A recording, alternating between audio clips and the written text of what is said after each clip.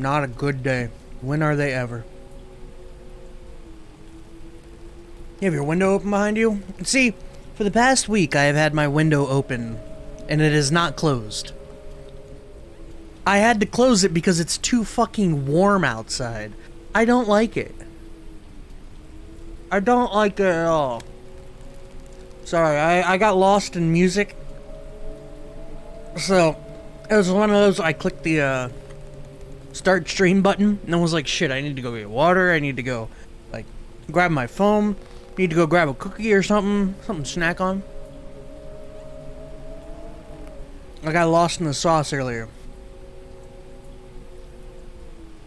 I'm sad to hear that it's not a good day for you. You bought Theatrhythm, or however it's spelled, and I blame you entirely. Theatrhythm! Hey, it's a fun game. It's not a bad purchase at all.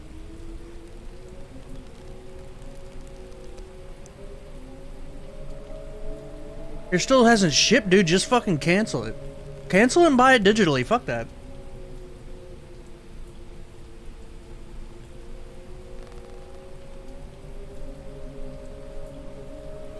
The age of physical media is long gone.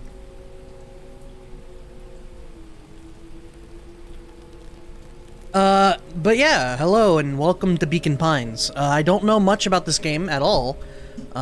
It is, I'm assuming, some kind of narrative storybook game. I don't know what kind of content we're looking at. I don't think it's anything egregious. I don't think this is one of those, like, indie depression simulators, but, you know, I've been fooled before, so... Either way, from my understanding, it's like 5 to 6 hours long. We'll probably knock it out in 2 streams, today and Saturday. So, let us progress. Dear reader. Nice. Audio is a constant and ongoing issue, by the way. Allow me to introduce you to my book. Though it might at first appear like many books you've come across, it is far from ordinary. You may, therefore, have some misunderstandings about its nature. The story that awaits you has not been fully told. In fact, its conclusion is not yet known, even to myself. It is in that way that my book is special. It is in that way that you are special. I've been waiting for a game to tell me that for years. Without you, there is no story. Thank you, the player.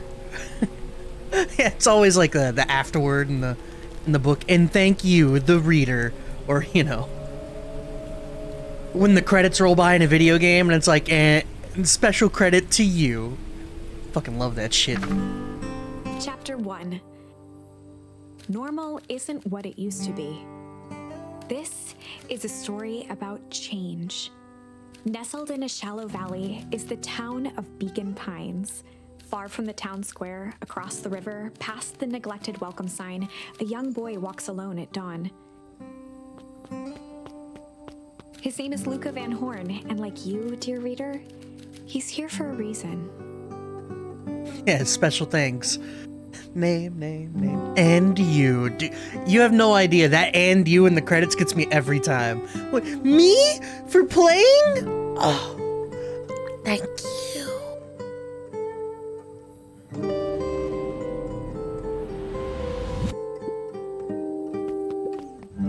Alright, this is us.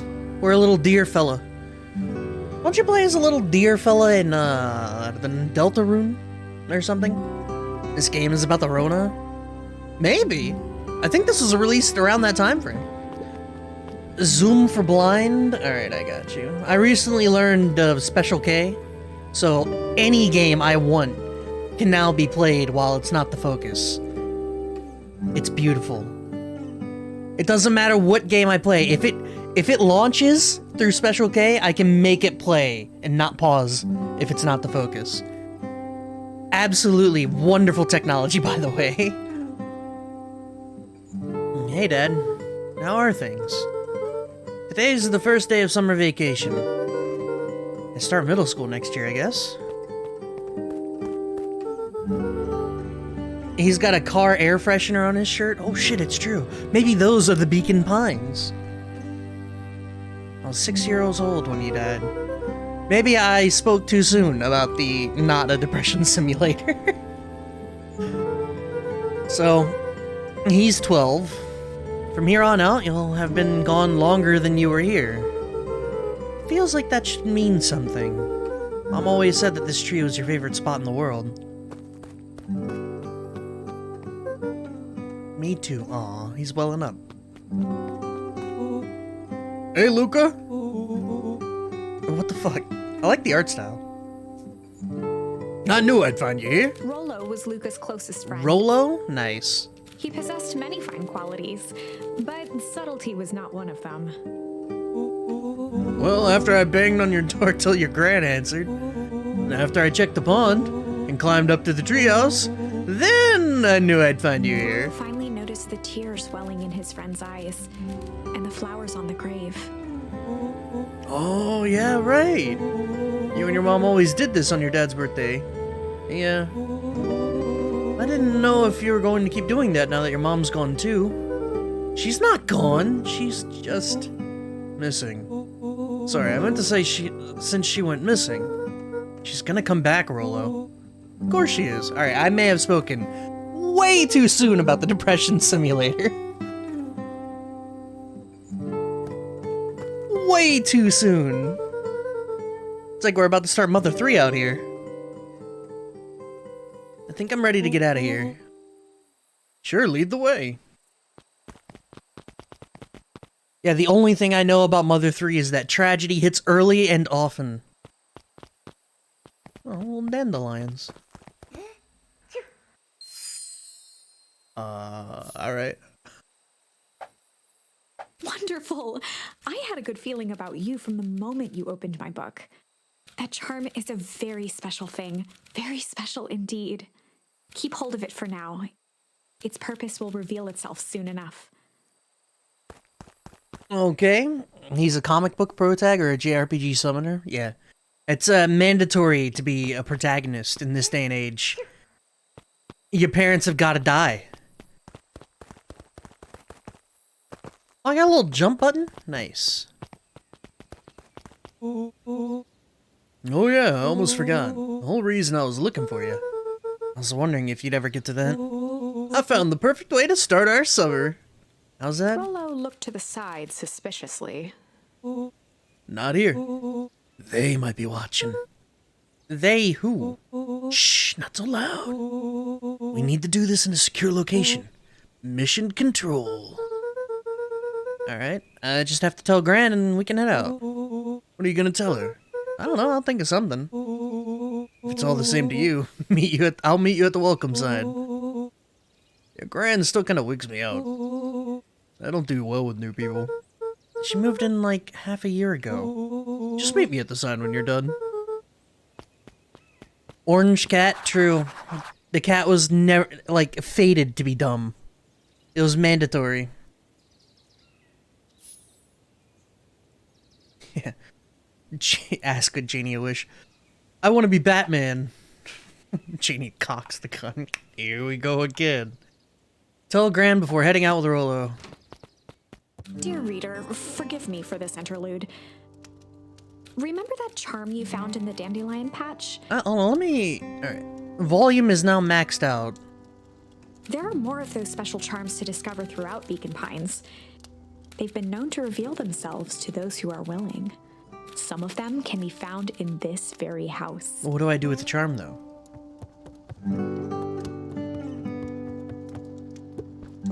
Yeah, I feel like this is a point and click without any of the annoying point and click. Gran had already lit the fire. She kept a warm house, as if by grandmotherly obligation. Collect them all.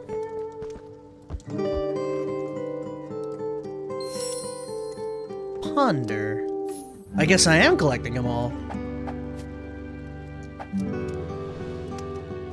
The way he just slides off the chair. One of his father's old stethoscopes. Luca had spent countless hours listening to anything and everything with it. Not for years, though. Since Gran had moved in, the house was more peaceful, more orderly, and more covered in flowery fabric. I wonder if there's much levity to this game, because it sure doesn't feel it. Just some dusty knickknacks.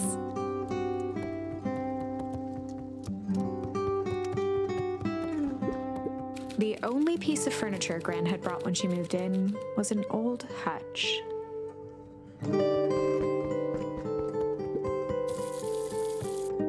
Okay. A pair of dull scissors, a broken can opener, a mostly empty bottle of glue, and some loose string. Junk. An array of prepared meals crowded the refrigerator. And yeah, I have no idea who this narrator is. I mean, I can't pick out a voice for shit usually. Unless it's like, Each labeled with a day of Scott the week. Menfield or something.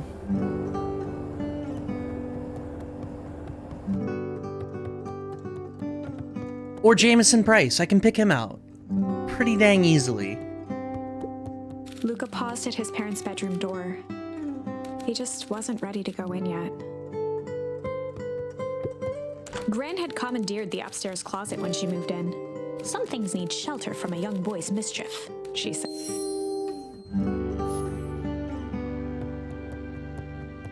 Trying to think of some of the other voice actors and actresses I can pick out of a lineup.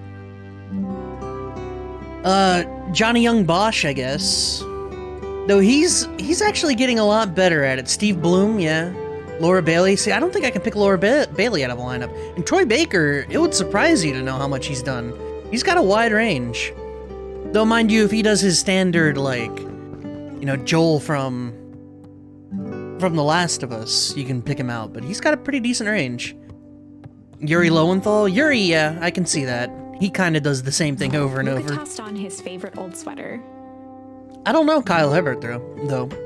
What's he done? Or Kari Walgan. Christopher Freem? Oh yeah, he's obvious. He has his one voice and he rolls with it, and there's nothing wrong with that. Just like Steve Brum. Kyle Hebert was Madarame. Okay. Even though it was the first day of summer, a chill still hung in the air. Chill. How come he's got a red sweater in the, Oh, because I also have a red Gran's sweater moving now. in meant that most of Luca's things had been crammed in the corner. Luca was somewhat annoyed by the situation.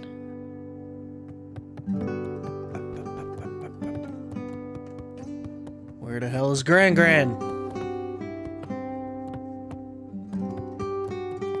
Luca knew that if he left without telling Gran, it would be trouble. Was she in the back? Oh my, this is quite exciting. I am now certain that you are the one I've been waiting for all these years. You'll recall I was a bit coy regarding the use of charms earlier. Mm-hmm. Excuse me, I tend to have a flair for the dramatic. You are about to encounter your first turning point. There are certain times in this tale when everything hinges on a single word. Step forth, dear reader. You are still being coy about the damn charms. Young Luca would spend hours hiding in the bushes, waiting for a chance to jump out and startle his mother. She always enjoyed humoring him by feigning terror. It's like those lions or whatever, where the little cub is like stalking them and then jumps on them, and the lion, mama lion freaks the fuck out. She knew, but you gotta encourage that behavior. Maybe not to a little deer kid, but...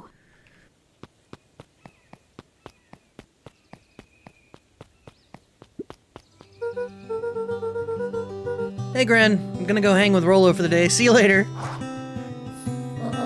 Hold up now. Where are you and Rolo headed exactly? Nowhere special. The less Gran knew, the better for everyone involved.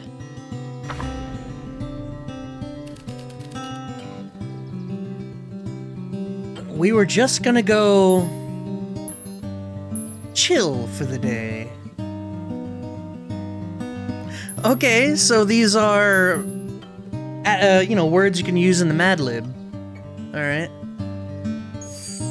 We were just gonna go chill for the day.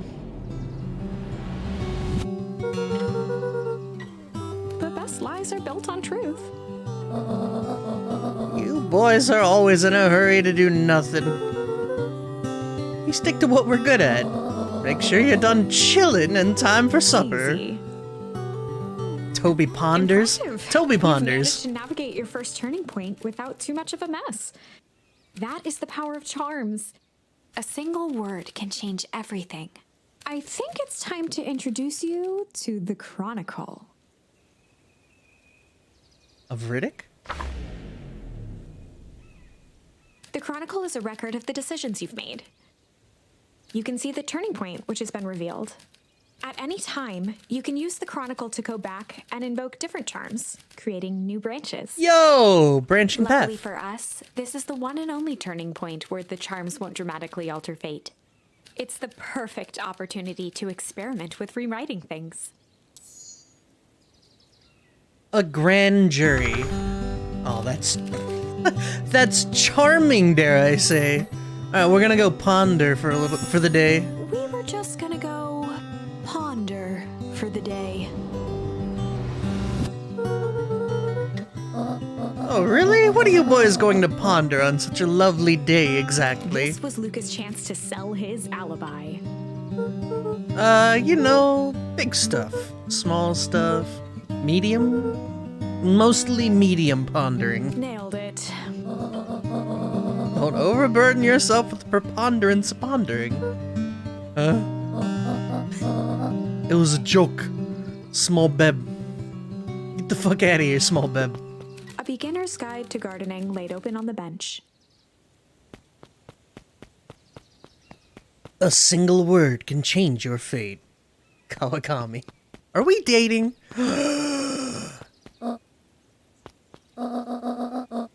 You and Rolo stay out of trouble. I feel like we're about to get a Oxenfried or something. Objective, get into trouble with Rolo.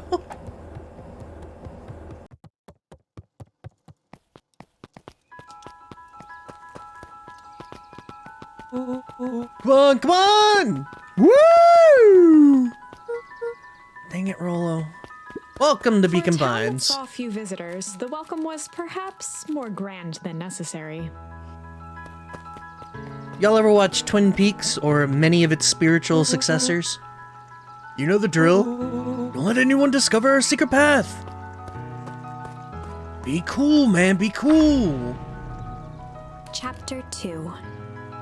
Welcome to Beacon Pines. For many years, this valley had been a small mining outpost.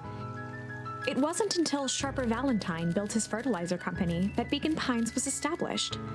Over the next 30 years, the town had grown and prospered until the foul harvest and his sudden death.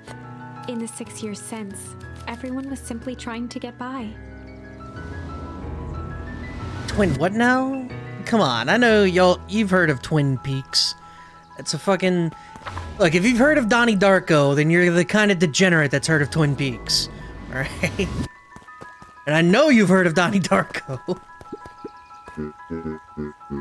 Sorry. Young Mr. Van Horn can't talk now. Very busy with preparations. Mayor Augustus Valentine was not busy. Sorry, Gus. How many times do I... It's Mayor Valent... Flustered, Gus instinctively loosened his tie.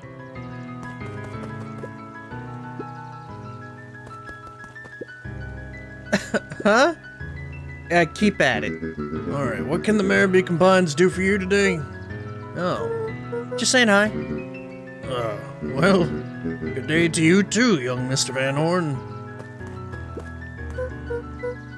Oh, dude, that is... Something about the fluff on the neck really is off-putting, I'm not gonna lie. Mr. Kerr. Hey there, pal. William Kerr was the CEO of Perennial Harvest Company. He had become a fixture around town over the past few years. After the failing of Valentine fertilizer, the town was hungry to welcome a new source of employment. Excited for the big festival? Oh, sure.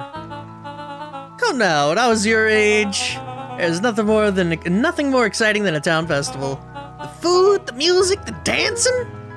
Sounds pretty alright. Yeah, gosh dang right it is. I'm looking forward to letting off some steam myself. Looks like it's someone wearing a mask. Yeah, that's the, it's the two-piece. You know, the vest and the button-up with the bow tie. It's, like, so smooth, and then just raggedy-ass fur on the neck. It looks ridiculous. Excellent! Sorry, Luca, I gotta get back to the proverbial grindstone. Our harvest awaits and all that. Oh, now, the left side's a little low.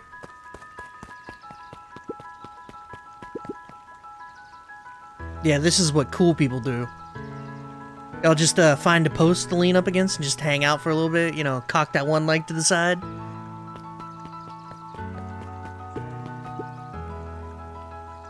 Come on, Andy, grab his wallet. What the hell? Do it or we pound you. Yup.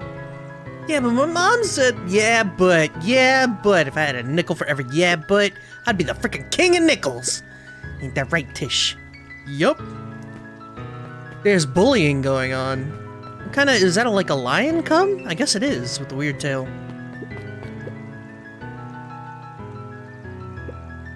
Hey, Mr. Sinclair. Mr. Sinclair continued snoring and lifted one eyelid just enough to see who it was. A tactic he often used to avoid undesirable conversation. You, Mr. Sinclair? Don't you see I'm sleeping, boy? How's the napping today? Crummy as always. Used to have a perfectly nice view from here, till perennial harvest put that monstrosity of a building in the way. Why don't you just move your chair a bit? Why should I be the one that moves? If it's a showdown they want, it ain't gonna be me, or I ain't gonna be the one who blinks. There we go. Brilliant. A red panda? It's just Luca. Golly, I'm sorry. It's my first week at Perennial He Harvest. pulled a pen from the pocket of his sweater vest and began to frantically jot something down on a clipboard.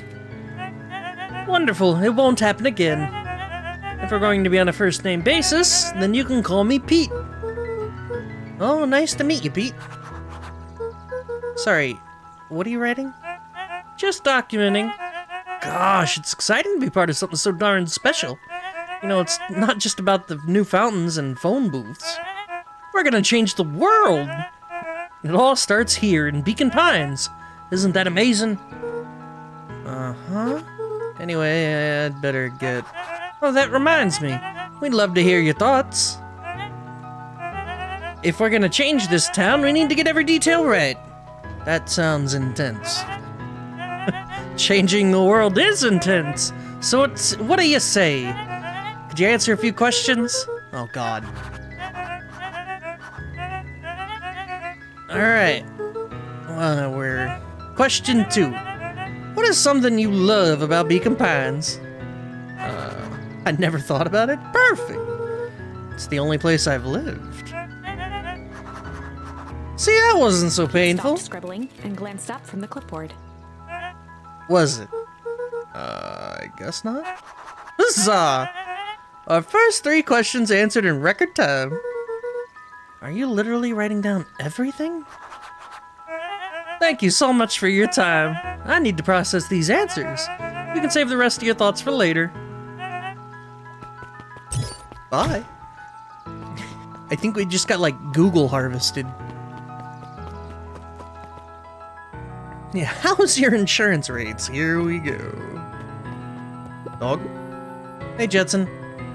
Is the line playing any tunes today? No bites this morning, I'm afraid.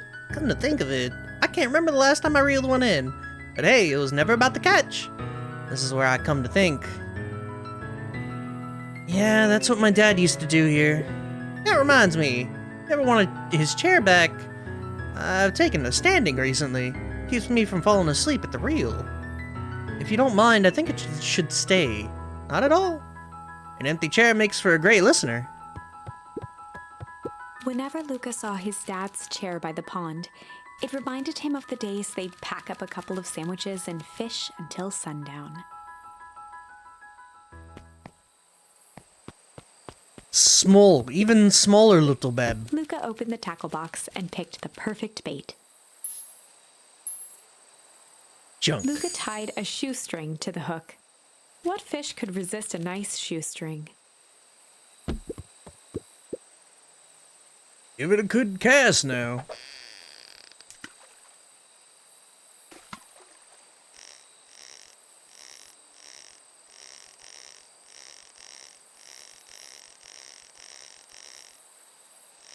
Oh, I actually got something. Oh, I was wondering. Oh, hell yeah. Shoestring needs a boot, right? Where do you think the other one is? Hard to say. Sometimes things drift away. That's not fair. No, it's not. Well, wherever it is. I hope that other boot at least has a sock to keep it company. Luca gently baited a feather onto the hook. Good for skimming the surface. That is a pretty good cast, yeah.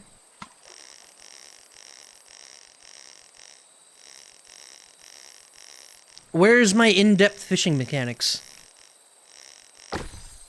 You got a rubber ducky? Well, I'll be switched. It's your old rubber ducky. You were just a little drooling ball of fur when you lost that. Cried for days. I told you it'd turn up.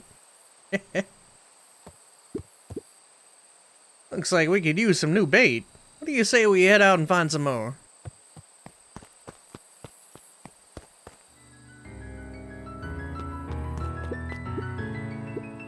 Authorized personnel only.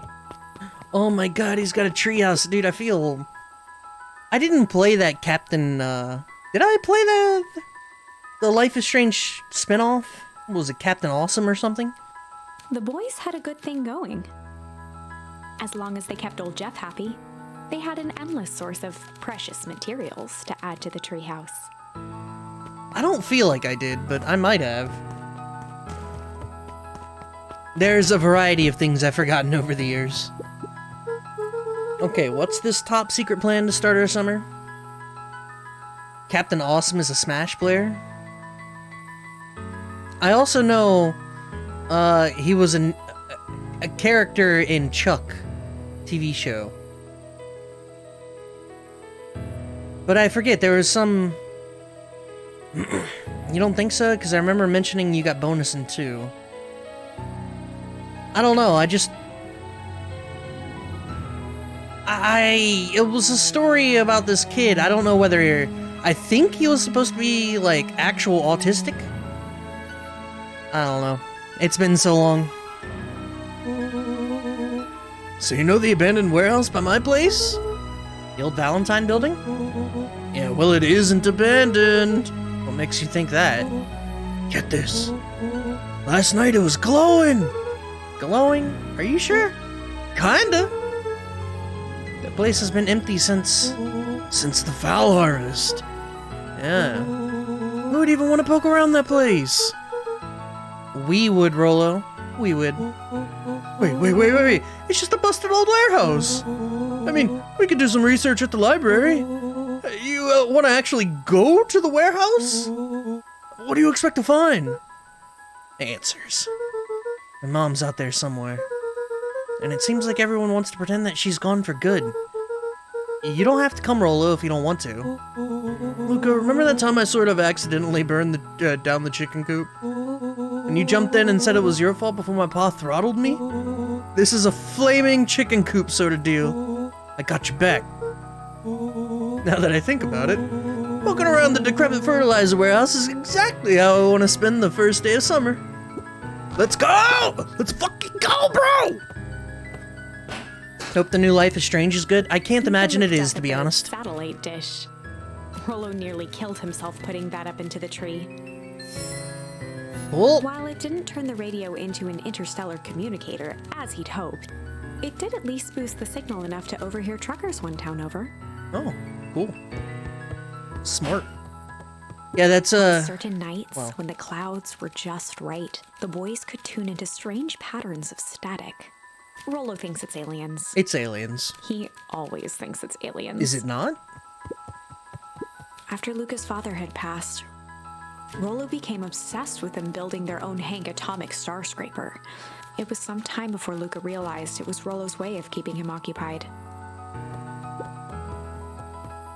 And now we can chill. Yeah, I can't imagine the new Life is Strange is good because, like, alright, the first one, girl had the power of time travel, right? Which is wildly entertaining. The second one, the kid, not the playable character, but the playable character's brother, had the power of telekinesis. Which is cool, but you didn't play as the kid, so who cares? And then the third one, the chick has the power of empathy? We are progressively getting worse on the superpower tier list here. Empath is interesting. Most people don't need colors to know how another person feels.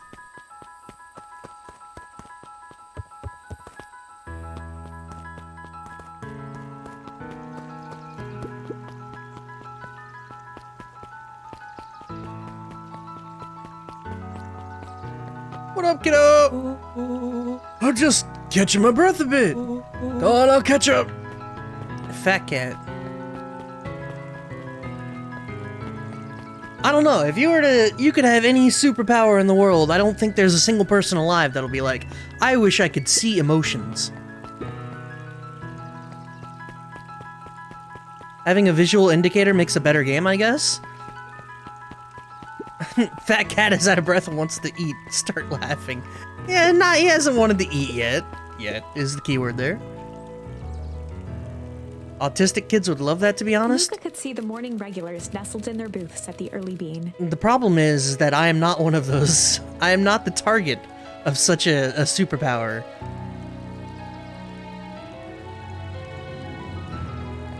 And I feel like if we're going on like a list of superpowers, anyone that would like to see emotions would rather be invisible. And I'm pretty sure that's like universal. Piper. Oh, hey, Luca, what's up? You know it's summer break, right? Of course! And it's like, the morning. Correct. And you're studying? Like they say, the early bird gets the proper education required for a successful and fulfilling career later in life. We all know the best superpower is teleport? Absolutely not, it's time travel. Time travel is the single most effective superpower, I would think.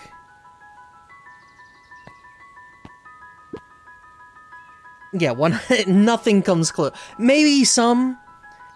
Time travel has too many nuances. Yeah, it depends on the time travel. Time travel, but you can change nothing. Yeah, I guess that depends on if you can time travel, but I mean, you don't change anything. Kind of like how it worked in Teen Titans that one time. Then, which is, I had to go into the past to steal the item because the item didn't exist in the past when I went to steal it the first time, and didn't exist in the past because in the future I went to the past to steal it. At that point, it's pointless, and it's not a superpower either. I would argue that's not a superpower. That's just, who cares? Time travel can be trouble if you also have to think of planetary positioning. Going with the true nuance on that one. Going back in time and suddenly you're just out in space. Just... No, I think a very traditional idea of what a time travel superpower can be is the most broken superpower imaginable. Teleport would be fun. Absolutely. Teleport... Flight's pretty overrated, but it's pretty good. If we're going... I think invulnerability would be pretty high tier, but that could lead to trouble. Oh, and only if invulnerability is combined with immortality. You know, you could pull a Misfits where immortality is your superpower, but you still feel pain. And so you can die, and then you're just brought back to life. No one wants that, right? That sounds fucking awful. Imagine, oh shit, I need to go back to 1998 real quick to fix this, and you're dead in seconds from the vacuum of space because Earth is that way. Yeah, I'm pretty sure all of that is supposed to be built into the idea of time travel. teleport to Japan, get some food, teleport to the homie's bedroom to kiss him goodnight. True. Hey, Zariel. Hi, Luca. Could you please tell this lazy butt to help out in the cafe? Lumi, Zariel would like you to... Luca, let me give you a little gem of advice. If you never do what you don't love, then you'll never work a day in your life. Wow. You're really setting the kid up for success.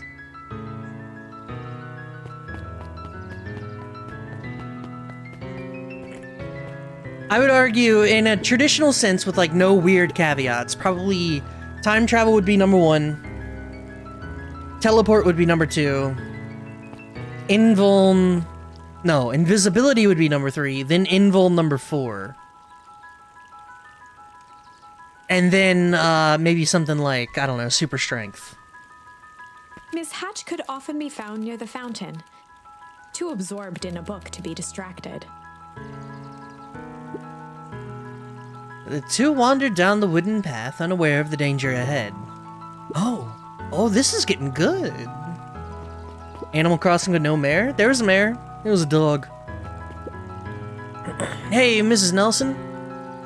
Morning, Luca. Any big plans for the summer? Not really. Heard anything about the old fertilizer warehouse? Any strange happenings? Can't say I have. Either way, a dusty old warehouse is no place for a young boy. You be safe now. Color me surprised when the rabbit has a baby in a stroller and is pregnant.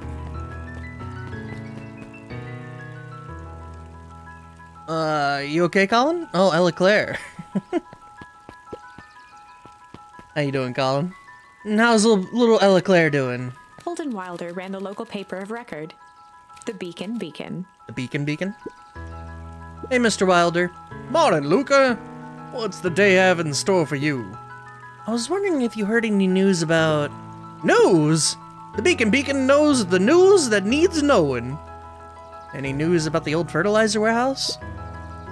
Nope. Oh. Rolo thought he saw some lights there last night. Rolo ought to be careful poking around that part of town. The winds of change are blowing. And change is a dangerous animal. Change now!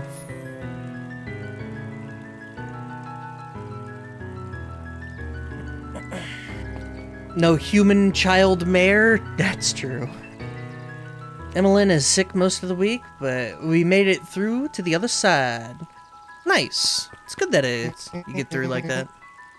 Luca, just the fellow I was looking for. Okay, is this another cat? I guess that is a cat. Hey, Roxy, what's up? Right. Rendezvous with Roxy. This is an important turning point. Oh. The first time where your charms will change the course of fate. And currently, we only have one suitable charm at our disposal. Have no fear, we can always return later using the Chronicle once we find more charms. Well, now I'm just rambling. Where were we? Have you seen my blockhead brother today? Oh, it's Big Sis. He skipped out before breakfast. Well, not really, no. Can't say I have. Can't say or won't say. Roxy, would I lie to you?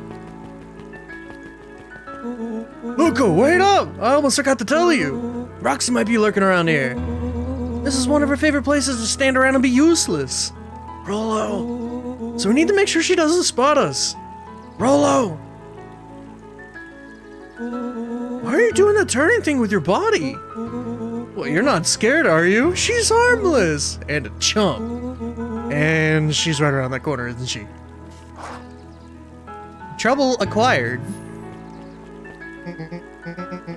Don't mind me, just over here lurking, uselessly. Oh, hey, sis! Nice weather we're having, huh?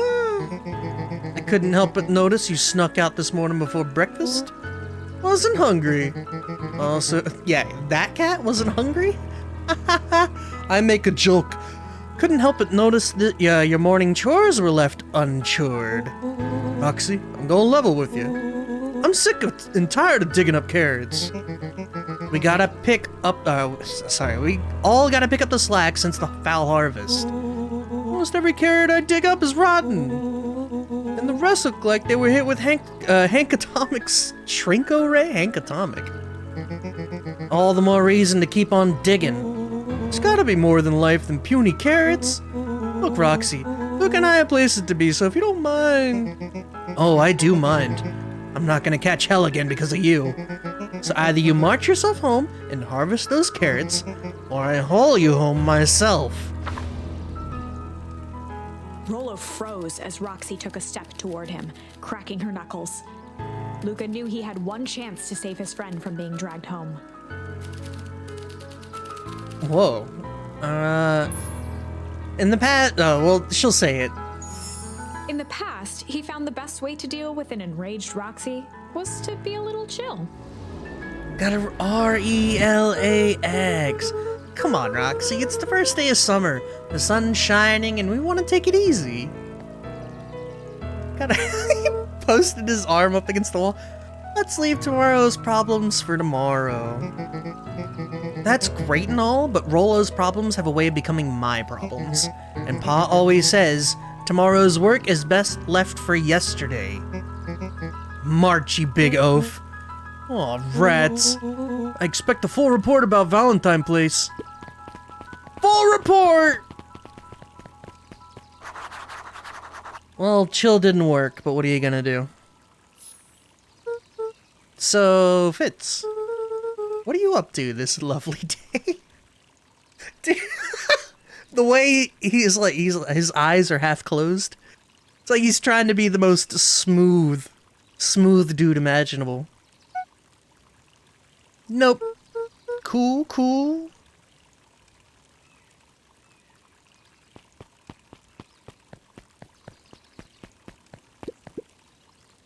Sharper Valentine, founder of Beacon Pines. Never underestimate what a great man can do given time. A bit much, if you ask me. Indulgent.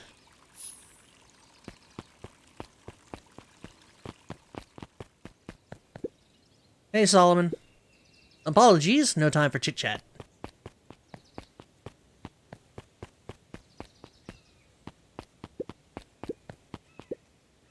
Looks like the library hasn't opened yet. Library.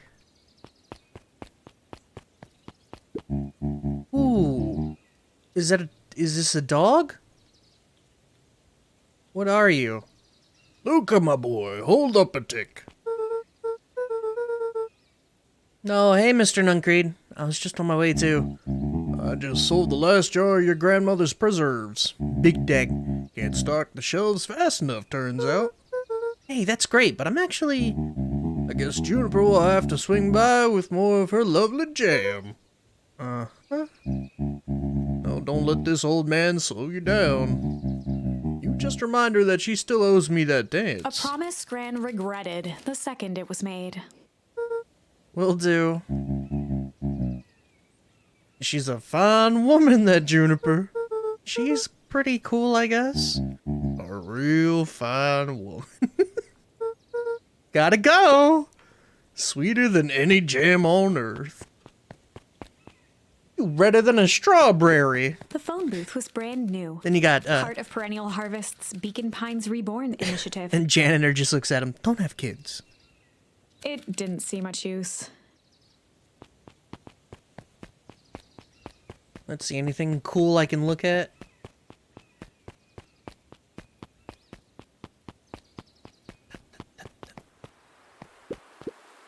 Oh, hey, Luca. Hey, Joey. How's the bug hunt going? Not great. Bugs have been shy this week. Bugs get shy? Oh, sure, bugs aren't that different from people. Sometimes they just want to be left alone. If you're going into Weepwood, just be careful where you step. No bug crunching. Got it. Is the janitor JD the most underrated relationship in Scrubs? Underrated relationship. No, it's, who was Cox's ex? Because that's the most underrated relationship. Dr. Cox and his ex-wife. Jordan? Yes. After the foul harvest destroyed their wealth and reputation, the Valentines shuttered off their estate from the rest of town.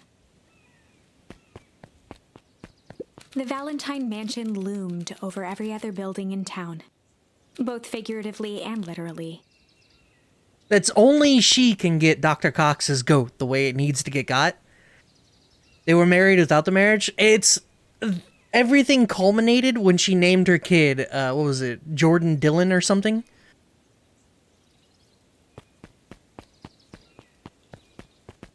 So they called her little baby JD. That was like the Jennifer Dillon, the like peak of that show, unironically. Come on, JD. It just Cox dies.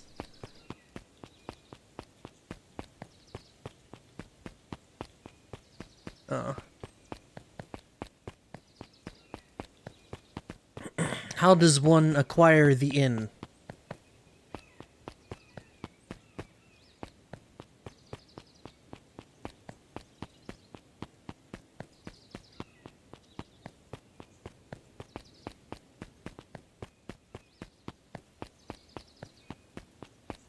I gotta find a way in. I don't know how to get in. Let's go in through the back, shall we? The path led into a small hollow at the edge of Weepwood. No turning back now. Caution, electrified fence. Is that sign new? The fence thrummed with a gentle electric buzz. Okay, so what would Rollo do if he was here? Luca often asked himself what Rollo would do, so that he could rule out that option. I'm definitely not touching that thing.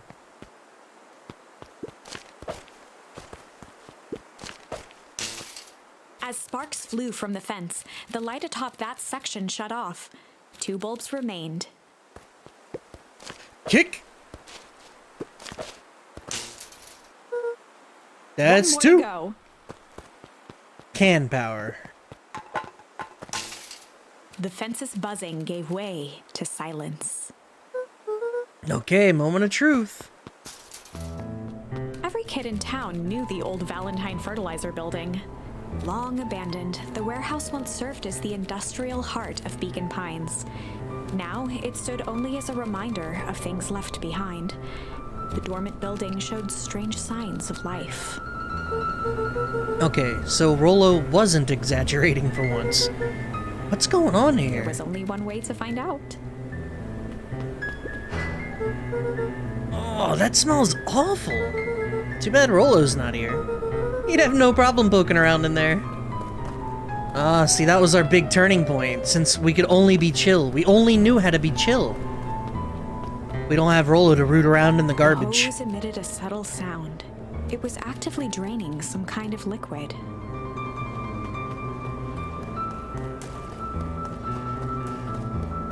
This really does give me, like, if Night in the Woods crossed with, like, Oxenfree or something.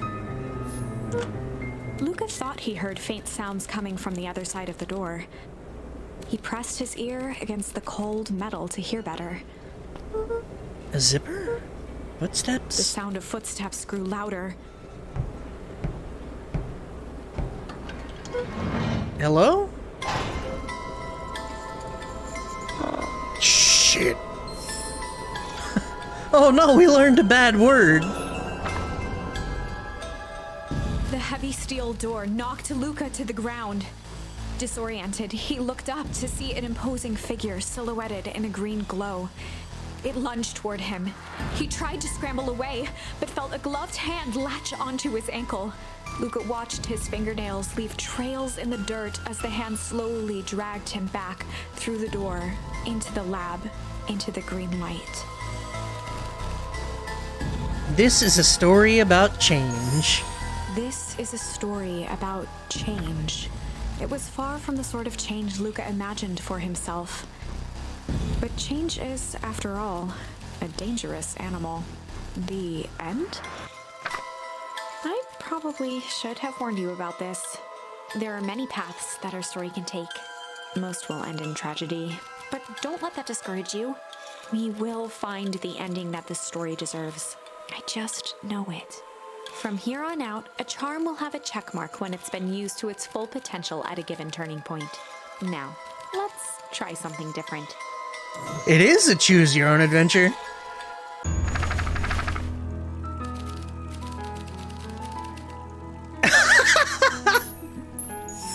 In the past, he found the best way to deal with an enraged Roxy was to be a little shit. He kick her in the shin? Make a break for it! What have you done? Ah! Did that little shit just kick me? Run all you want, little twerps. You're gonna come home eventually. Sorry.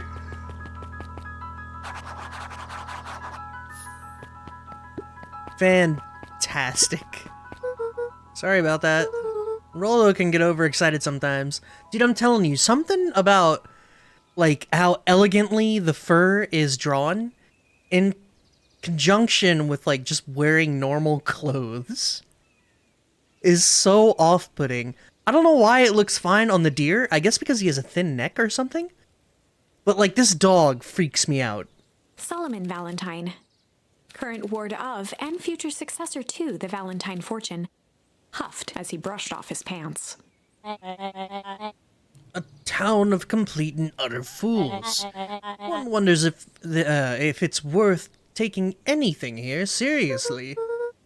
Either way, I'm really sorry. No matter. How are you doing? Me? Yes, with all that business about your mother and whatnot. Oh, I'm getting by. Still no word from her at all? No. That is truly a shame. Your grandmother has taken residence to keep house? And how's that going? We mostly stay out of each other's way. You make it sound like she's rarely at home. It's not like that. She just has a lot to do. She's still settling in and trying to figure out how to make ends meet. Indeed. Well, count your blessings. It's better to have a caretaker who is rarely around, in lieu of one who tries to compensate by smothering you with attention. That doesn't sound so bad. Trust me when I say it's best to rely on yourself. Family has a way of creating more problems than they solve. So many dogs, though. Is this a dog? I assume it's a dog. Solomon trifled a gesture toward the approaching heiress Valentine. Speak of the devil. Do not wander off like that. I'm much too busy to be looking all over for you. Apologies, heiress. I was just taking a stroll through town. Strolls are for commoners. You're a Valentine now. I want you to be present for the construction of the History Museum. The future of this town relies on its ability to remember our family's great past.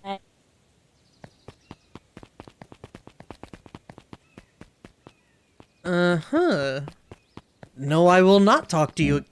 No! Luca, my boy, hold up a tick. Sorry, Mr. Nuncreed. Kinda in a hurry. Boy's got too much of his father in him.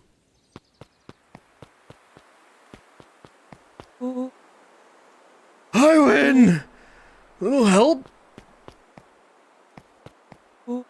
I am the champion! We were racing? Did that road get longer? Like anything ever changes around here. It seemed longer? You're just lightheaded from the run. You really need to pace yourself better next time. Not sure why I would take advice from second place. Has that sign always been there? Wait, what? Caution, electrified fence. No, that's new. Creepy. How are we gonna get around an electric fence? Don't worry, I got this. Why did you do that? Pa always says you can figure out what the plan was when you're done. Great. What now? I did my part and established that touching the fence is bad. I'm sure you can handle it from here. I'll supervise. From a safe distance. Yeah, that's that orange brain cell. Oh, you're genius! I didn't go this way.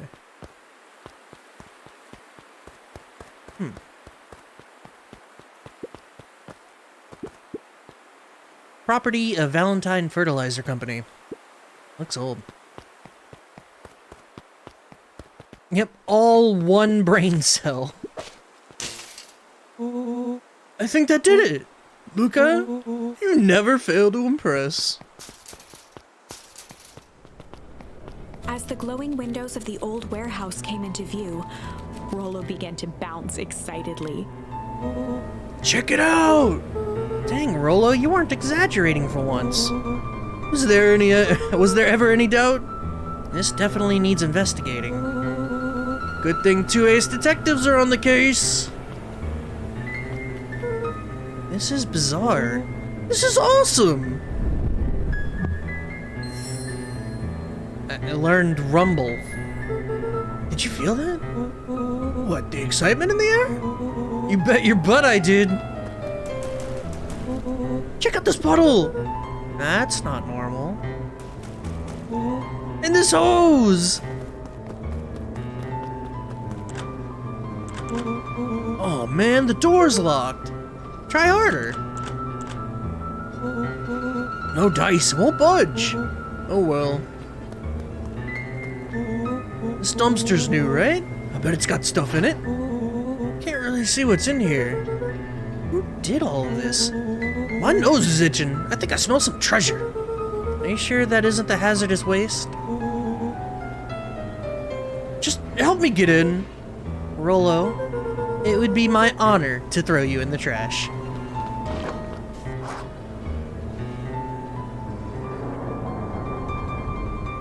Can't jiggle the handle?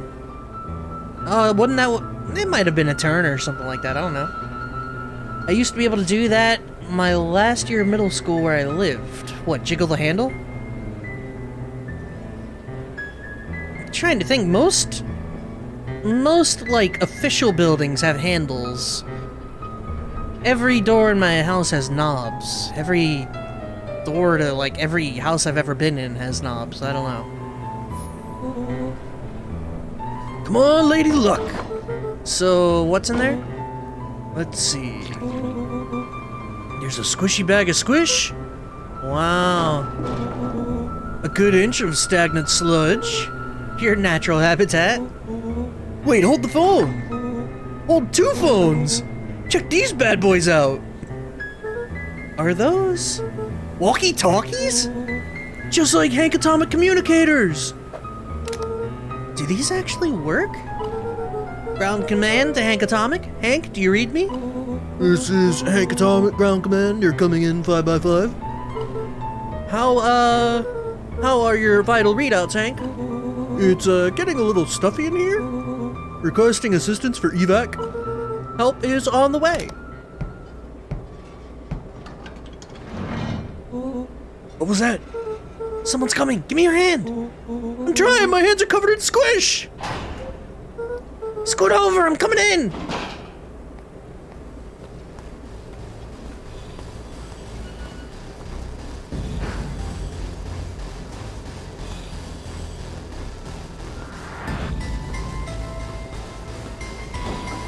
Sick. Tell me you saw that? Dude, I don't know what I saw. He's coming back. Get down. Oh, that's a body.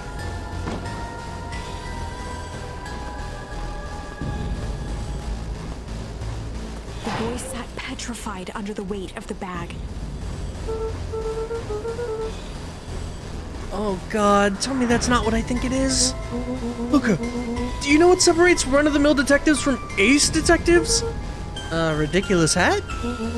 When the chips are down, ace detectives dig deeper for clues. Rollo felt around at the large sack which burdened them. Aha! Snapped off a tag from just within a small zipper opening in the bag. It's some sort of badge or something. What's it say? Rollo held the badge up to a faint shaft of light within the dumpster. Dr. Prescott, Deep Engineering. It's a name tag. Who would throw away a bag of slimy old name tags? I think it's just one name tag in a bag full of something else. Okay. I think we should make a break for it. Stay calm, this is no time to panic. I'm not panicking! You're panicking! Rollo, calm down. You don't have to squeeze my hand so hard.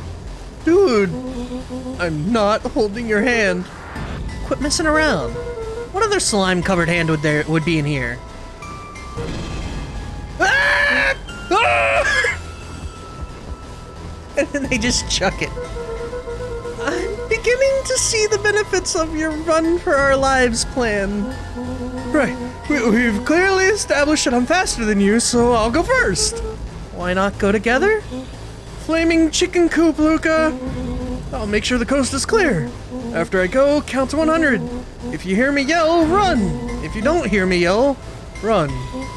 Either way, haul ass. Rollo, I'll give you credit. You sure found an eventful way to start our summer. It's what I do. Oh, here goes nothing. Lucas sat in the dark, tracking the sound of Rollo's footsteps as he ran. 1, 2, 3. He pressed his ear to the dumpster wall, straining to hear Rollo's footsteps as they faded away. 15, 16, 17. He tried not to think about the contents of the dumpster as he counted. 35, 36, 37. The thick stench made it hard to breathe. Screw it, that's long enough. Luca carefully lifted the lid and peered out. Nothing. No sign of Rollo. No sign of the man in the yellow suit. Time to haul ass. Luca clambered from the dumpster, stumbling to his knees. He was up like a shot and running, sprinting toward home as fast as he could. Beacon Pines flew by, blurred by the tears that welled up in his eyes. He wouldn't remember getting home at all that night. Throwing his front door open, storming up the stairs to his room and surrendering to sleep almost as abruptly as he hit his pillow. Chapter 3. Finding a Friend. The next morning, it was quieter than usual at the breakfast table. Only the sound of silverware and chewing interrupted the awkward silence. I finished jarring a mess of jam last night. Uh-huh. So that'll need to get delivered into town today. Okay. So what did you and Rollo get up to yesterday? Oh, nothing interesting. Yeah, there's definitely a night in the woods kind of feel to this, because it's like a little cartoony, you know? But it's missing the obvious trash fire that is May. Because, good God, I've never met a main character quite as trash fire as that cat.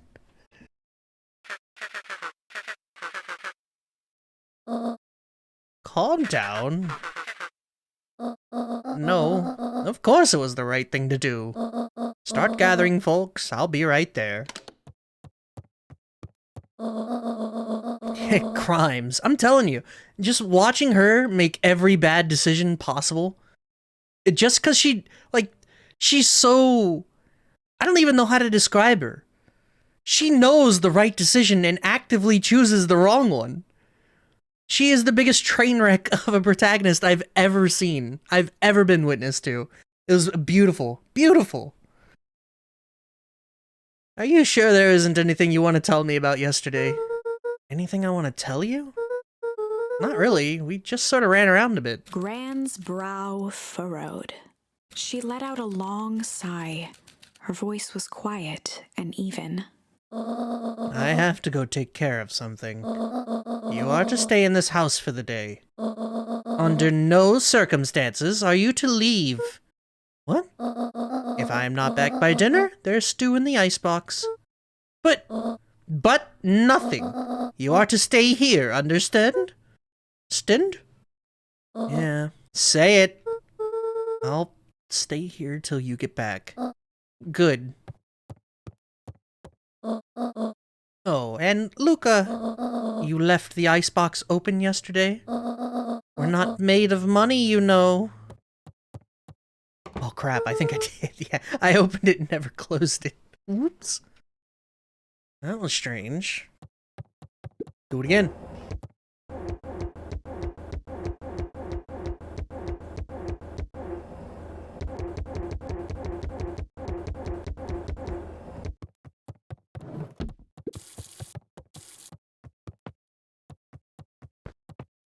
Sorry, just being a menace.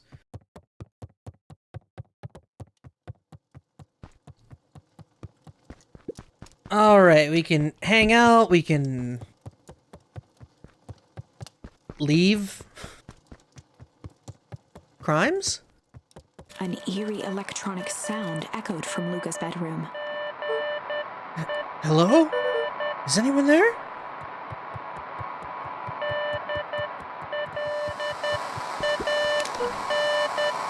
Damn, that's loud! Hello? Rollo, is that you?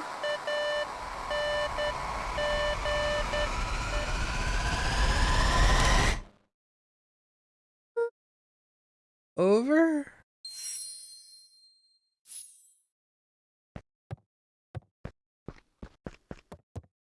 Yeah. I was on point. As on point as I think I've ever been when I say Oxenfree mixed with Night in the Woods. It really does feel that way. Shame about After Party. That game sucked. Oh, hey Roxy. If this is about the, accidentally kicking you yesterday, is Rollo here? No. Look at me, Luca. This is serious. Is Rollo here? No, I haven't seen him since yesterday. Rollo didn't come home last night. What? A pit formed in Luca's stomach. Where was the last place you saw him? We were playing around in Weepwood, and then it was late and we went home. Weepwood? If he's alive, I'm going to kill that little creep. Is there anything else? Anything that he said? Luca's mouth felt dry. No, we were just messing around. Okay. I need to let people know to check the woods. You just stay out of trouble. Go see if he's hiding in the library or something. Luca could feel his heart beating in his throat. Rollo. Where are you? Wish you could remember either. I think they're archived.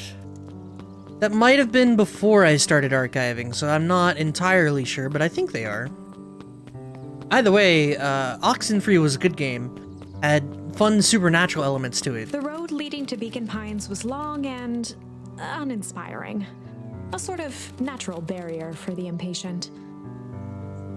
After Party, on the other hand, which was done by the same devs, that game, I don't know what they were thinking with that. It just wasn't good. It was, you die, you get to hell, and then you have to, like, I don't know, coerce people to coerce demons and stuff like that. It was not good. Very whatever kind of game. Hey, Bert. You seen Rollo? Nope. I've mostly been talking to clipboards. They're setting up lots of stuff for the festival. This one says he had to process some answers. I told him that was fine. I'll wait right here until he gets back. Right? Feel like you can faintly remember it? Oxenfree or After Party? Because Oxenfree was more memorable to me, but After Party, like, the key thing in that one was that, like, or at least the one thing I know, you had to, like, a dance-off with one of the demons of hell. Oxenfree? That one was a bunch of kids go out camping, and they encounter Like, a couple of them go missing and it's like supernatural elements kind of stuff. It's a very weird game. I liked it. Howdy, Luca. Hello again, Pete. Not Pete, you silly goose. It's Toby. You could have fooled me. Well, hey, it's no problemo. The important thing is we'd love to hear your thoughts. Yeah, I'm getting that impression. We're all part of something special, Luca. And it all starts right here in Beacon Pines. I got it. Toby looked up from the clipboard excitedly. That's right. So how about you start by telling me? Look, no offense, but I got my own stuff to take care of. Oh, you joker. We're all part of this together. You'll let us know when you're free to answer a few questions.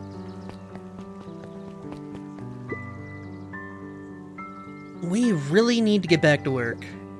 Just a couple more minutes. If Roxy said she'll be here, then she'll be here. I just don't see why I'm standing around doing nothing and waiting for Roxy, when I could be standing around doing nothing and getting paid for it. Come on, Lumi, Roxy needs our help. Oh, my parents wouldn't listen. No offense, but isn't Rolo always getting into trouble? Something feels different this time. What can we do to help? We need to check where the adults aren't. So I guess it's up to us to check the Weepwoods. Our shift doesn't end for another couple of hours. We could spend time making posters. That would be great. I guess. Right. Fitz and I'll check the Weepwood. We'll be back later to pick up the posters. I think my dad has a map of the Weepwood. Let's swing by my house and grab it before we head out. I was about to say, they're gonna make me play the cat? Answer no.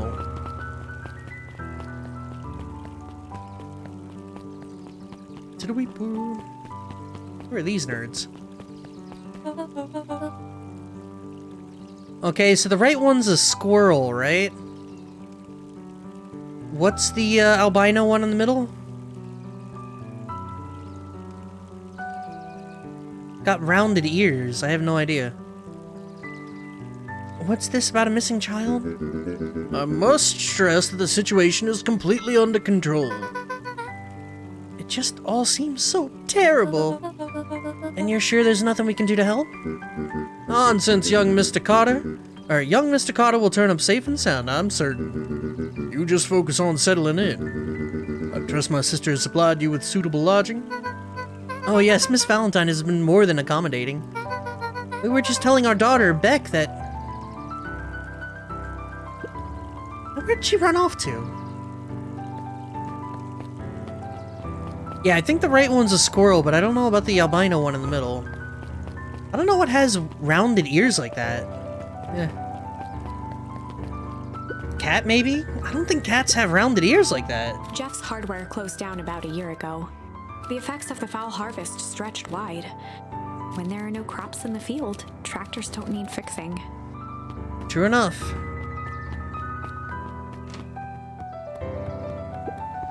Kato volunteered at the library during the summers.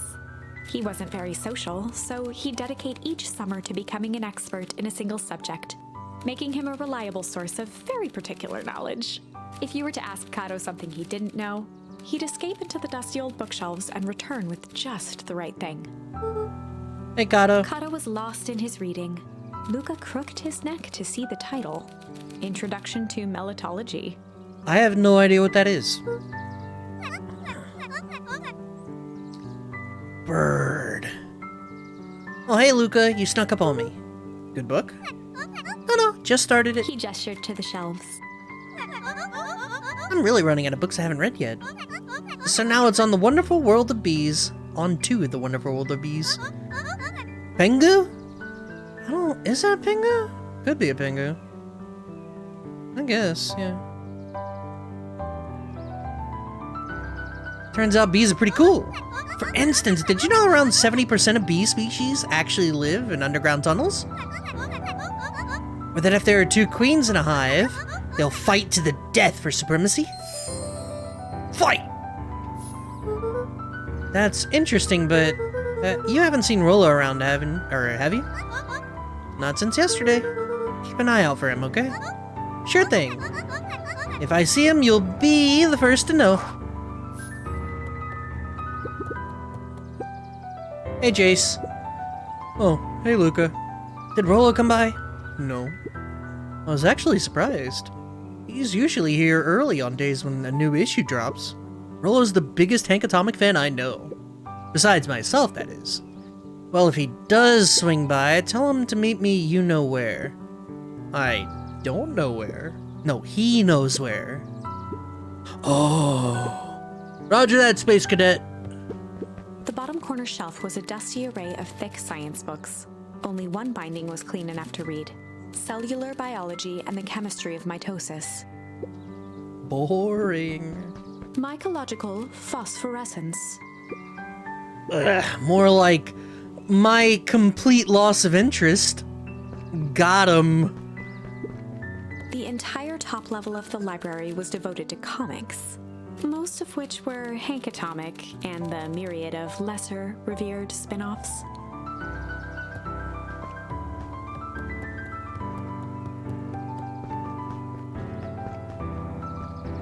Isn't this really relaxing music? There were rarely any actual new additions. Simply a variety of existing content rotated into the front display each week. Not fooling anyone. Oh, the cobs I've eaten. A salad-centric travel guide for the mildly adventurous. Sally Seashore's Simple Succulent Sundries. Sally Seashore's Simple Succulent Sundries. Luca brushed off a smudge of dust. Or maybe it was flour. 30 recipes so easy you'll doubt it's even edible. Succulent. A peek behind the curtain. The methods and ruminations of Patrick C. Montesquieu, one of the greatest acting minds of our time, by Patrick C. Montesquieu. Oof. What sort of monster puts candy behind a locked door? Oh yeah, Mr. Nuncreed works weird hours sometimes. Of course he does. How about you? When do I work? No, what's your name? Luca Van Horn. You new here?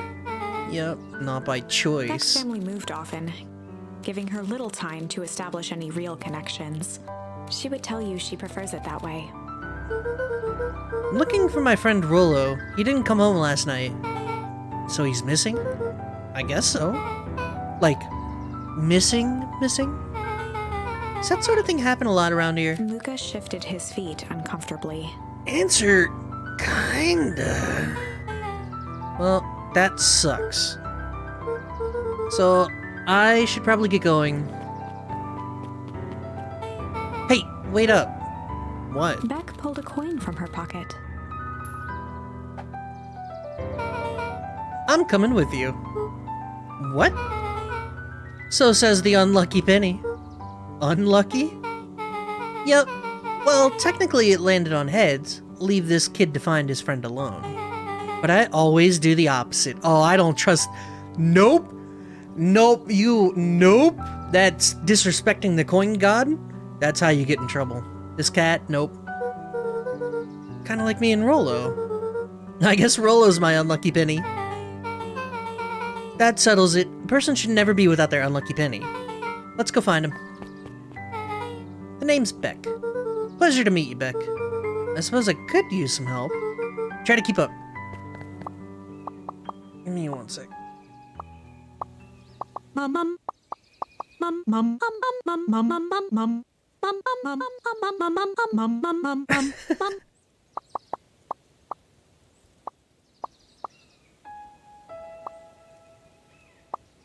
That'll work.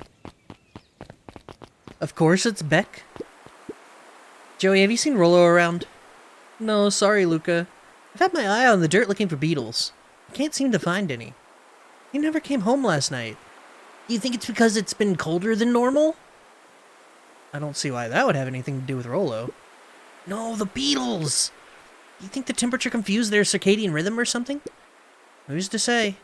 I'm no beetleologist, beetologist. Just keep an eye out for him, would you?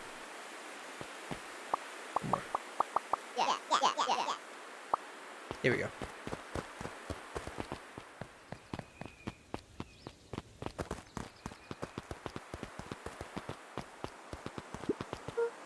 Dang, they boarded up the way in.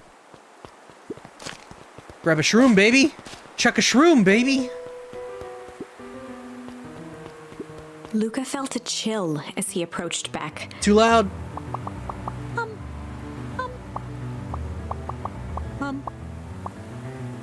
Her eyes were locked on the strange green liquid.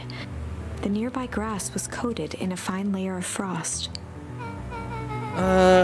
Is this sort of thing normal around here? Because puddles of glowing ooze are definitely not what I expected from this place. I have no idea what this stuff is.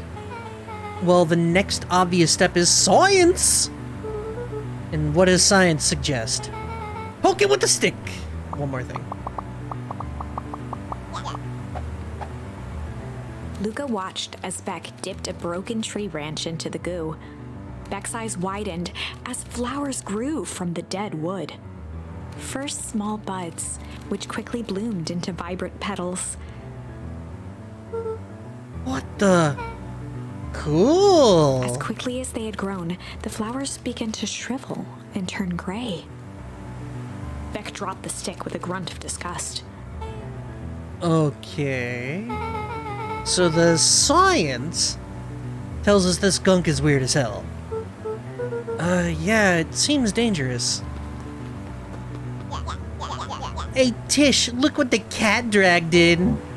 Yup. I don't have time for this right now, Iggy. Ah, don't say things like that. It hurts Tish's feelings. Ain't that right, Tish? Yup.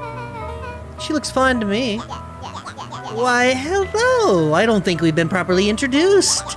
Iggy's the name. This is my compatriot, Tish. Yup.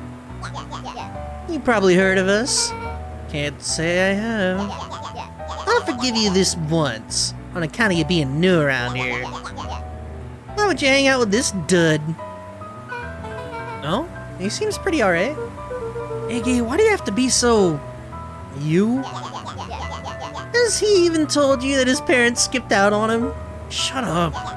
It's true, they got tired of having such a pathetic kid and left him. Iggy, I'm only gonna say this one time. Don't talk about my family. Well, look who's grown a backbone now that it's girls around. First, his pops croaked, and his mom finally couldn't take it anymore and bounced. Iggy took a step towards Luca, his sneer lit by the glowing puddle. Beck could see tears welling in Luca's eyes, his fists clenched.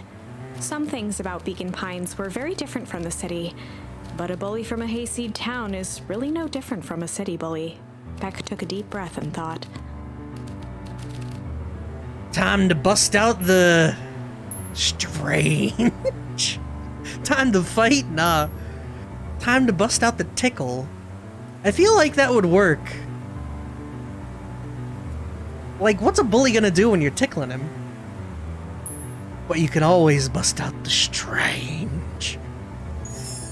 Well, time to bust out the strange. Alright, Luca, looks like you need a little mud bath. What's wrong with you, new kid? We're about to pound your friend. Beck stared in silence, the only sign of life being the twitch of an eye. It's weird when people don't talk. Yup. Stop being a weirdo. Hello? You some kind of wackadoo? Makes sense, wackadoos travel in packs, Ed, At dud. the sight of Iggy taunting Beck, something in Luca snapped. Iggy's smirk shifted to a look of shock as Luca launched himself into his stomach. Ah! Uh-oh. Iggy's clothes were drenched in the glowing ooze. You jerk, my clothes are ruined. I'm gonna... Iggy's voice began to slur as he struggled to get up. I don't feel so good. Oh, shit. Yup.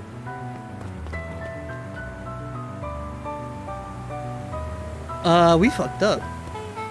That was intense. That's just basic cat behavior. Yeah, the staring. Freaking cats, dude. He's gonna be okay, right?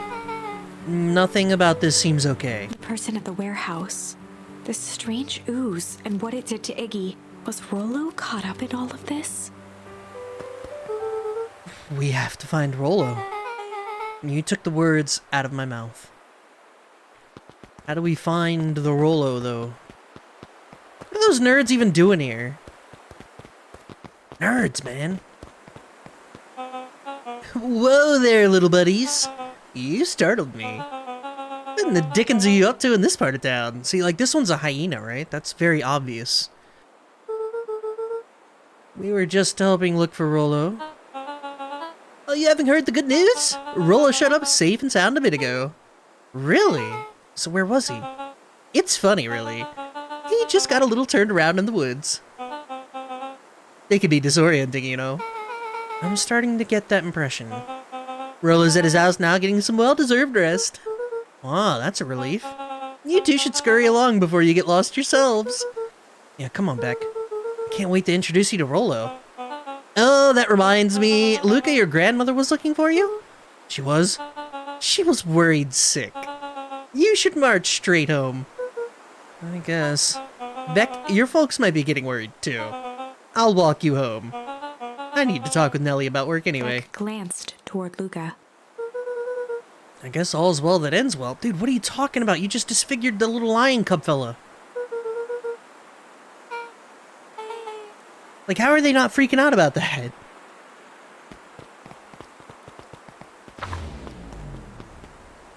Rollo was safe. A wave of relief washed over Luca, which was quickly replaced by a sense of dread. Gran is going to kill me. If he hurried, he might just make it home before sundown. Chapter 4. Our harvest awaits. Luca took a deep breath and gingerly opened the door, steeling himself for Gran's wrath. Gran? I'm home. Everything's fine. Bacon pines? Trees of bacon? I wish, man. I think we could all wish for trees of bacon. How you doing, Allie,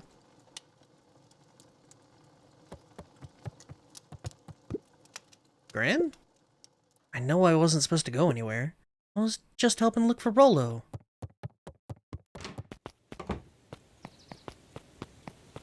Ain't no Gran out here.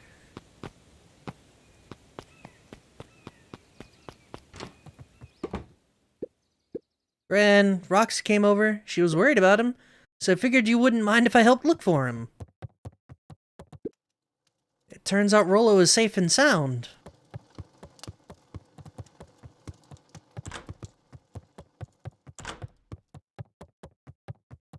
Luca was alone. The house was empty.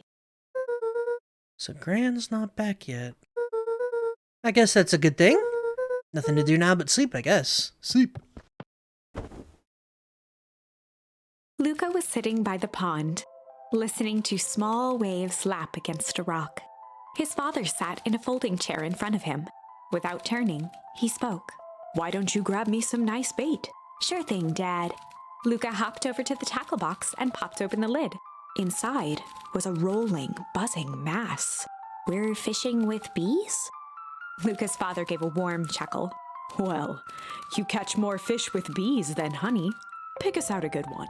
Luca closed his eyes and plucked out a bee. He could feel its wings struggle between his finger and thumb. Holding it at arm's length, he hurried over. His father deftly baited the hook and examined his work. "Interesting choice." With a practiced flick of the wrist, the line buzzed in a graceful arc. The water accepted it without a splash or ripple. The wrong choice. But I respect it. The pond began to freeze over. Sometimes we gotta make the wrong choice before we can make it right. Pallid ice propagated across the still surface with an alarming speed. Luca scrambled back as the ground beneath him turned cold. "Dad, I don't understand." "Sorry, kiddo. Understanding isn't always part of the deal." The relentless ice shot through the fishing line toward his father. "Dad, look out!" His father casually wound the reel. "None of it's your fault, you know. Never was." "Dad, we have to go!" Luca grabbed his father's shoulders, trying to pull him away. Please, you have to run. The ice crackled as it spread across his father's hands. That's the thing about fishing, Luca. His chest began to crystallize. You toss your hook in, and you never know what you're gonna pull out. A shock of searing cold ran up Luca's arms. He gave one last desperate tug. The chair tipped backwards in a single frozen mass. Luca tried to stop the momentum, but it was too late. He watched the icy form of his father slam into the hard ground, shattering into 1,000 pieces that crowded around his feet. Dad, I don't understand. What does all this mean? The gentle rustle of leaves was the only reply. It's just one of those days. Luca's eyes struggled to focus on the walkie-talkie. Rollo?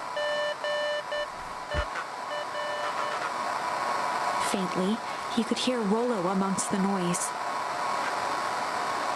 Luca? Rollo, is that you? Luca!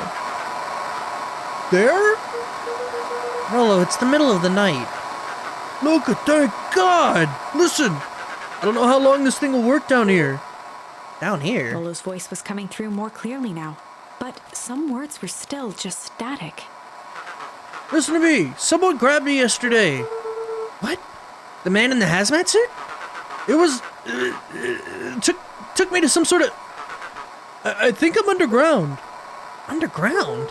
Are you okay? Kinda. They seem more interested in... for now, at least.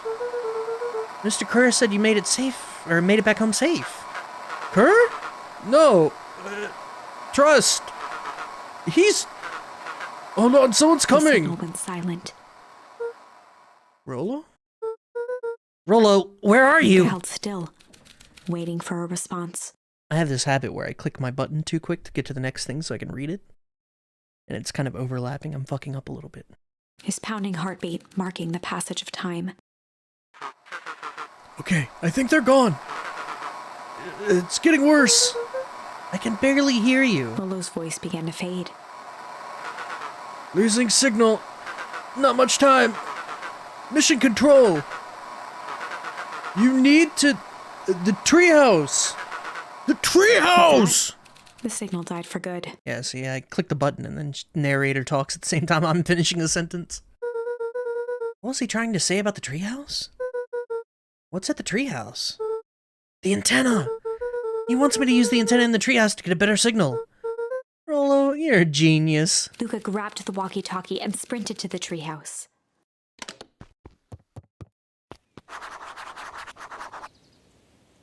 It's the middle of the night, though. This is gonna go great. Luca heard a group of footsteps approaching. He dashed behind the bushes to avoid being spotted. Gran! And a waitress? Dude, why is it... This is the most Twin Peaks, like, Twin Peaks shit I can imagine. It's just a lady, like, a waitress. Like, that is the most Twin Peaks outfit I've ever seen. It's beautiful. So we all understand our roles. You can count on me. I still think we need more time. This wasn't the original plan. Mr. Tolliver paused, shifting his eyes to one side. We're all in danger now.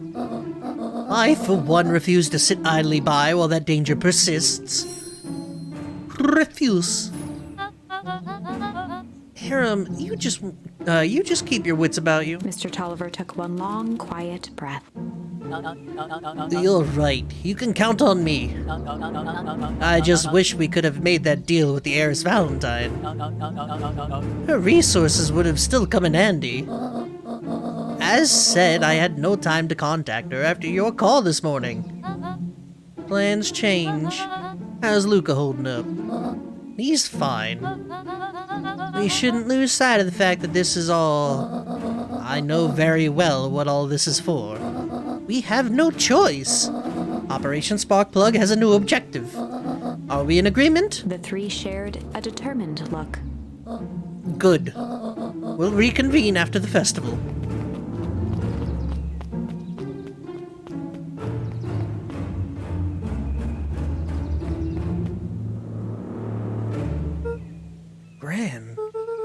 Why are you meeting with Mrs. Fratelli and Mr. Tolliver late at night?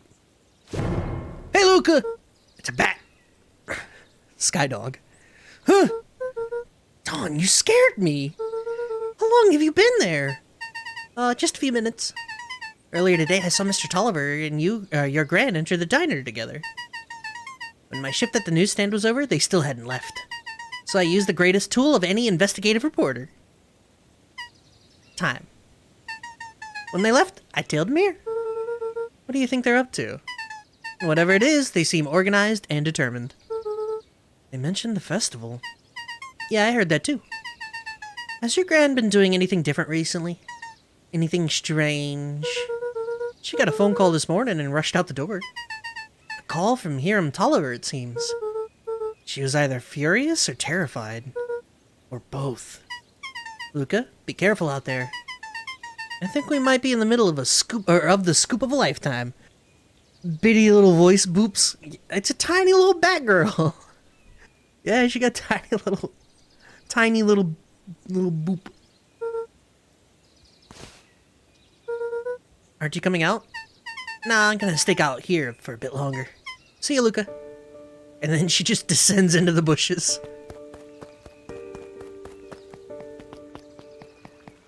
There's a lot of dogs out here.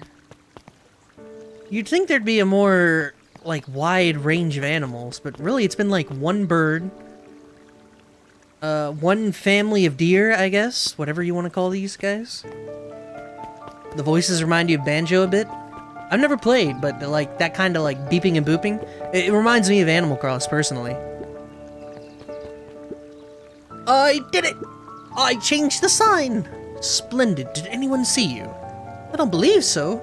You were right. It was simple enough to just rearrange the letters. Odd choice for a prank, though. In situations such as these, odd is The good. two boys shared a mischievous grin. I can't wait for everyone to see the big reveal. It should be quite memorable. Let's make ourselves scarce for now.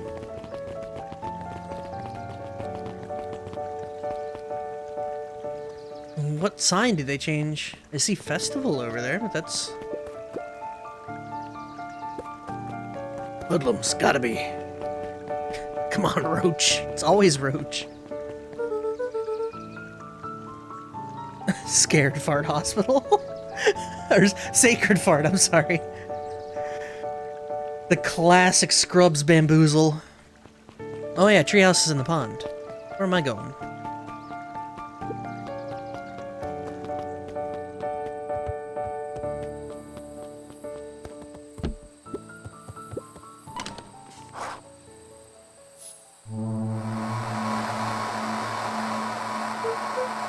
Rollo? Rollo, are you there? I'm at the treehouse now, Rollo. Mr. Kerr said you were alright. What happened out there?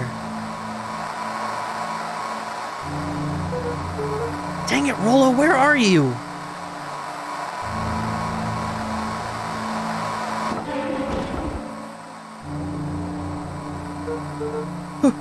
Who's there? Luca could only see a cloaked shape behind the rocket. I got weapons in here, so you'd better come out right now. He strained to hear as a muffled voice began. Weapons. How could you hurt something that's already dead? Fear gripped Luca's throat. Who are you? What, you don't recognize me? Guess I don't even recognize myself Luca stared anymore. at the ground for a moment, trying to place the dampened voice. The figure shifted slowly from behind the rocket, revealing itself to Luca. I'm a monster. And now they hunt me like the beast I am. Iggy. Luca reached over empathetically. Iggy's tone jolted to dejected anger. Don't touch me. This is all your fault. Luca slumped to the ground, overwhelmed by guilt. I'm so sorry. I didn't mean to. I lost control. So you couldn't control yourself for a second, and I get to be like this forever. There must be a way to fix this. Oh, you gonna be my savior? Perfect little Luca saves the day with his positive attitude and power of friendship. None of this matters. There's no time. They're after me. They chased me all through Weepwood. I only came in here to hide. Hide from who? Who's after you? Luca! Luca! Rollo? It's not safe, Luca! Rollo, where are you? The treehouse! I'm at the treehouse, Rollo. Where are you? No, Luca, the treehouse isn't safe! They said they were going to the treehouse! I was trying to tell you to stay away from the treehouse! Who said they're going to the treehouse? The clipboards! What did I tell you? Those perennial harvest wackadoos are after me. They've been chasing me, yelling questions at me.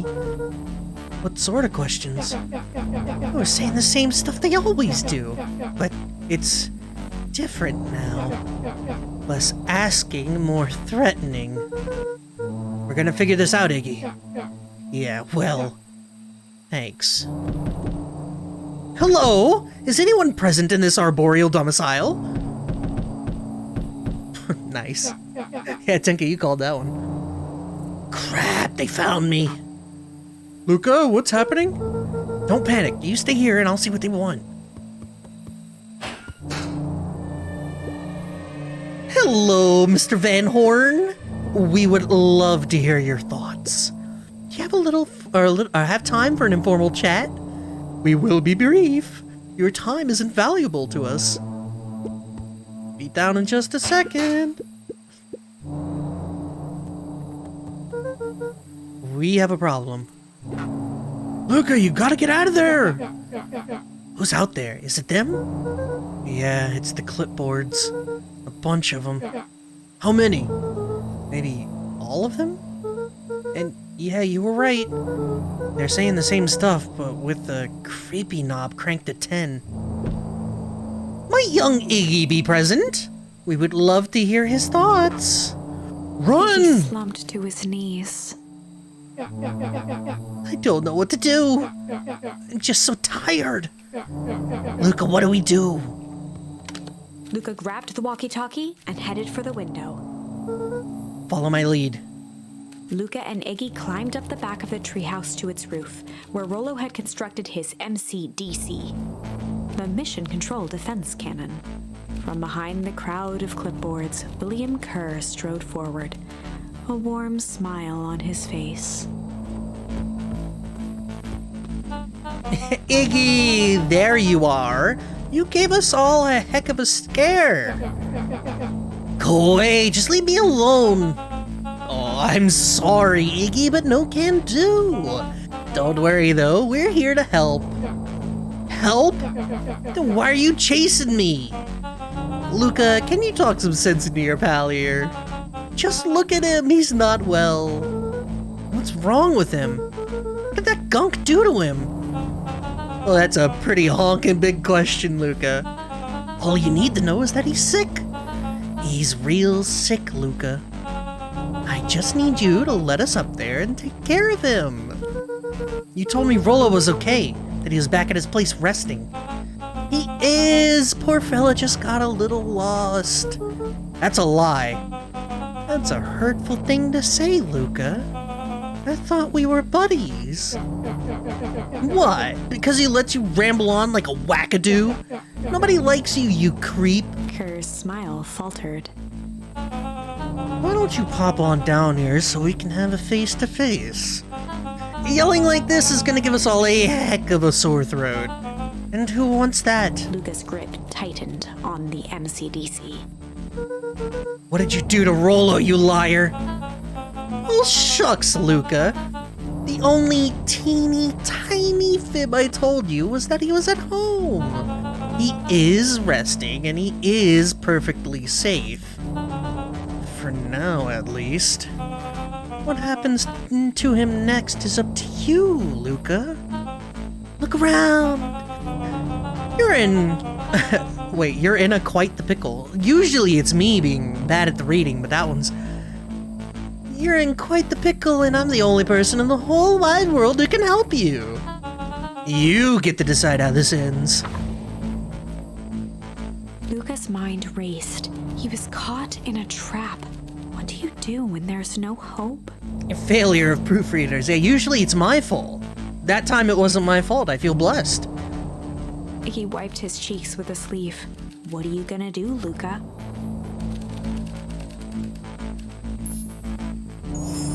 Luca drew himself up and decided to take the only option they had left. Fight.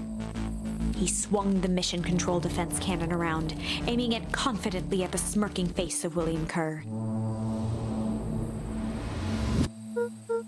Hey, Mr. Kerr. Luca summoned his most insolent demeanor. Rollo sends his regards. Hey, that was uncalled for. More than a little rude. And just plain unsanitary. Luca, I really did think we were good pals. What a shame that it's come to this. Kerr turned his back on the two boys. End this. With a nonchalant wave of the hand, he made his exit. As the clipboards began to slowly advance on the treehouse, Luca looked to Iggy with resignation in his eyes. The end. That escalated quickly. Maybe discretion was the better part of valor here. Let's put a pin in this for now. Alright, we got other options to go with. Obviously, strange is not the best call there, but it's interesting. You've had to miss all this. How is game? I'm actually enjoying it a lot.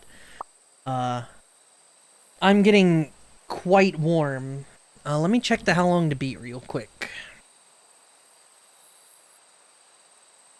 It is very warm outside, but not like warm enough to turn the AC on, and it's causing me pain in the booty. Spring rages on, right? Right.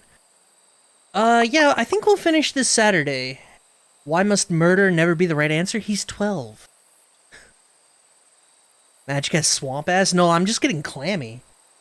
Because, you know, my computer's like an oven anyway, and I can't have the window open, so it's like, it's already warm, and it's getting very warm very quickly, so I don't want to stream too much today. So, we'll wrap this up here. Hopefully, 4:47? Yeah, it's saved. Alright, so we'll wrap this up here. We'll finish this on Saturday. Tomorrow should be the end of Tunic. So I hope you guys join in for that. We have a lot of puzzling to do in that game, and I'm gonna need your help. It's a lot of puzzling that you guys can help with, so... The room my PC in is like a fucking oven? Yeah, that's if I don't have the door open and the window open, or like the AC running and something like that, it'll be... It's a nightmare, which is basically what it is. If I stream for another hour, it's going to be roughly 80 degrees in this room, and I just don't want that. So, I mean, that's honestly probably what it is now, so you wish to help? Don't worry, you too can help. But for now, we're going to be done with this. We'll finish this on Saturday. Appreciate everyone hanging out. I like this a lot, so... Good thing I was about to go AFK anyway. RIP. Streamer can't beat his own puzzles. Yeah, I'm an idiot. But that's what the beauty of streaming is. I can pull you guys into the despair. That's what you want, right? You want to be included in my despair? Beat those puzzles like my dad beat... Nah, go enjoy the rest of your day, friends. It beats his eggs. Either way, go enjoy yourselves. I appreciate everyone hanging out. Hopefully you tune in tomorrow. And this will finish up on Saturday. Most times too busy, that's okay. That's okay. No, I appreciate you being here now. So bye, friends.